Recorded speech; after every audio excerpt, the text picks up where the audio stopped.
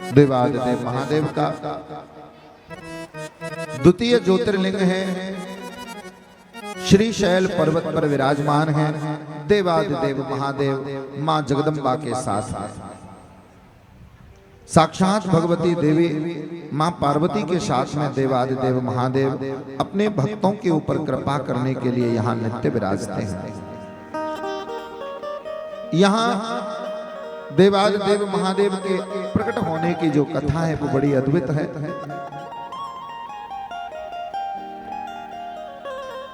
आपने पूर्व में कथा में सुना था कि गणपति गणेश का विवाह होने के पश्चात में स्वामी कार्तिकेय जी गुस्सा होकर के घर से चले गए। तो वो जाकर के बैठे क्रौंच पर्वत पर। इस पर्वत पर वो जाकर के जब विराजमान हुए तो अपने पुत्र स्नेह में, पुत्र प्रेम में बंध करके माता भगवती भगवान शंकर को लेकर के यहाँ पधारी और वहां से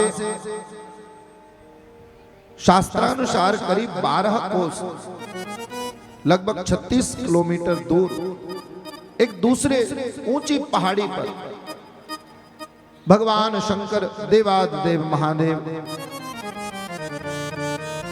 मल्लिकार्जुन के रूप में यहां विराजमान है।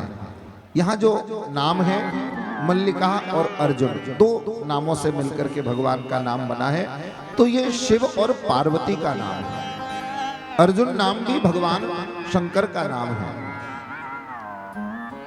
किरात के वेश में भगवान अर्जुन के समक्ष आए और अर्जुन के साथ में युद्ध भी किया और अर्जुन को पाशुपतास्त्र का प्रदान किया। तो भगवान का एक नाम है अर्जुन और मां भगवती का दक्षिण में उन्हें मल्लिका देवी के नाम से पुकारते हैं। तो मल्लिका अर्जुन अर्थात शिव पार्वती, उनका ये दिव्य रूप यहाँ विराजमान है और दोनों के सम्मिलित रूप में भगवान शंकर यहाँ विराजते हैं। एक बार सब कह दीजिए हर हर महादेव। उज्जैन्यं महाकालम्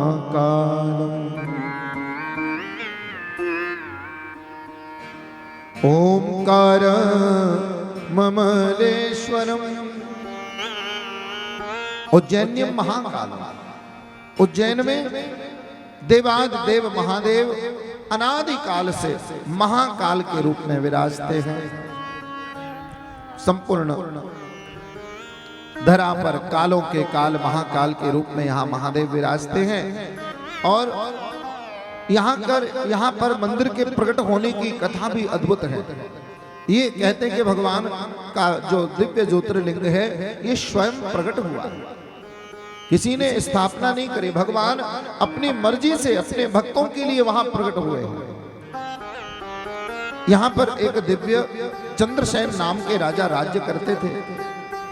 कहते हैं उनके राज्य में शत्रुओं ने आक्रमण कर दिया। एक छोटा सा बच्चा उनके राज्य में, चंद्रसेन शिव भक्त थे।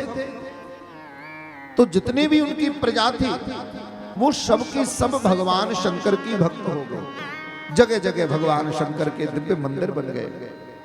प्रत्येक व्यक्ति सोमवार को भगवान शंकर का दिव्य अभिषेक आदि करते, नित्य भगवान का विधि विधान से पूजन करते। आने वाले पर्वों पर भगवान शंकर का निष्ठा पूर्वक अनुष्ठान करते। तो इस पूजा पाठ को बच्चे भी देखते थे कि हमारे राजा इतने अच्छे से पूजा करते। जैसे छोटे छोटे बच्चे माता पिता को देखते, आप अच्छा कर्म करें तो वो अच्छे बन जाएंगे, आपको गलत करते हुए देखेंगे तो वो वैसे बन जाएंगे। तो सज्जनों, एक छोटा सा बच्चा जिसके अंदर भक्ति जागृत हुई, घर में खेल खेल में उसने मिट्टी से मंदिर बनाया, मिट्टी के शंकर जी बनाए और कहीं से फूल पत्ती तोड़ करके ले आया, ऊपर चढ़ा दी, जल चढ़ा दिया, ओम नमः शिवाय करके जप करने लगा। इतना तन्मय हो गया वो छोटा सा बच्चा कि सब कुछ भूल गया। भूख प्यास उसकी चली गई भगवान शंकर की कृपा से। विधवा माता का वो इकलौता पुत्र था। मैया ने बहुत आवाज लगाई, बेटा भोजन कर लो, भोजन कर लो। प्रेम से कह दो हर घर। हाँ, बेटे को आवाज लगाई लेकिन बेटा भोजन करने नहीं आया। तब मैया को गुस्सा आई। मैया डंडा लेकर के गई, छड़ी से डांटा, फिर भी नहीं आया। तो मैया ने वो जो मंदिर बना रखा था मिट्टी से, मैया ने हाथ से वो सारा मंदिर मिटा दिया। चल अब तेरा खेल खत्म, अब तू रोटी खा कर चल। लेकिन जैसे ही उस बच्चे का मंदिर टूटा तो मानो उसका हृदय टूटा। दहाड़ मार करके चीख चीख करके बच्चा रोने लगा। रोते रोते उसके आंखों से अश्रु छलक पड़े, रोता रहा। मैया ने बहुत प्रयास किया चुप कराने का, तरह तरह के प्रलोभन दिए, लोभ दिया, लेकिन वो बालक शांत नहीं हुआ। अंततोगत्वा उसके रोते रोते जब आंखों से अश्रु बहने लगे तब साक्षात देवादेव महादेव द्रवित हो गए और जिस स्थान पर मिट्टी का मंदिर बना था वहां पर सुंदर रत्न जड़ित दिव्य मंदिर प्रकट हो गया, जिसमें दिव्य भगवान का महाकाल ज्योतिर्लिंग विराजमान था। बोल शंकर भगवान की। राजा ने आकर के दर्शन किए, बच्चे प्रणाम किया। जो शत्रुओं ने आक्रमण किया था उन्होंने सोचा कि इनके राज्य में छोटे छोटे बच्चे इतने भक्त हैं कि उनके लिए भगवान प्रकट हो जाते हैं। सोचो इनके राजा कितने भक्त होंगे। परम विद्वानों की नगरी प्रारंभ से ही रही है महाराज उज्जैन। उस दिव्य नगरी में देवादिदेव महादेव साक्षात विराजमान हो गए।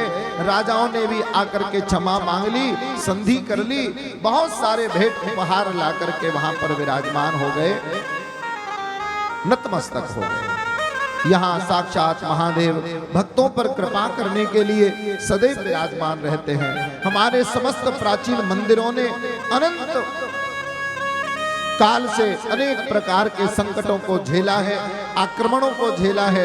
न जाने कितनी बार मंदिरों को लूटा गया, न जाने कितनी बार मंदिरों को ध्वस्त किया गया, लेकिन सनातन धर्म को न कोई मिटा सका है और न कभी कोई मिटा सकेगा। ये अनादिकाल से चला आ रहा धर्म है, इसकी संस्कृति ऐसी है। महादेव साक्षात महाकाल के रूप में यहाँ विराजमान है। तृतीय ज्योतिर्लिंग के रूप में यहां पर भगवान शिव विराजते हैं। तत्पश्चात ओमकार अमलेश्वरम ममलेश्वरम।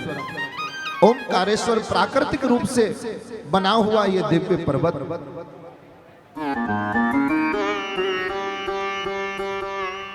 जहां पर प्राकृतिक रूप से ओम के दर्शन होते हैं। यहाँ साक्षात भगवान शंकर दो रूपों में विराजमान है, ओमकारेश्वर और ममलेश्वर। इन दोनों दिव्य ज्योतिर्लिंगों के दर्शन करने पर एक संपूर्ण ज्योतिर्लिंग का पुण्य प्राप्त होता है, ऐसा संतों और शास्त्र का मत है। ओमकारेश्वर में भगवान शंकर विंध्याचल के तप करने पर पधारे। नारद बाबा के कहने पर अपने पद, अपनी प्रतिष्ठा, मान सम्मान को बढ़ाने के लिए, ऊंचाई को बढ़ाने के लिए विंध्य पर्वत ने तप किया और भगवान शंकर विंध्य पर्वत को यहाँ पर वरदान देने के लिए पधारे। तो नर्मदा के पावन तट पर ऋषियों की, सप्त ऋषियों की प्रार्थना पर भगवान शंकर सदा सदा के लिए कृपा करने के लिए यहाँ विराजमान हो गए और ये ओमकारेश्वर के नाम से प्रसिद्ध हुए। बोले ओमकारेश्वर महादेव की जय।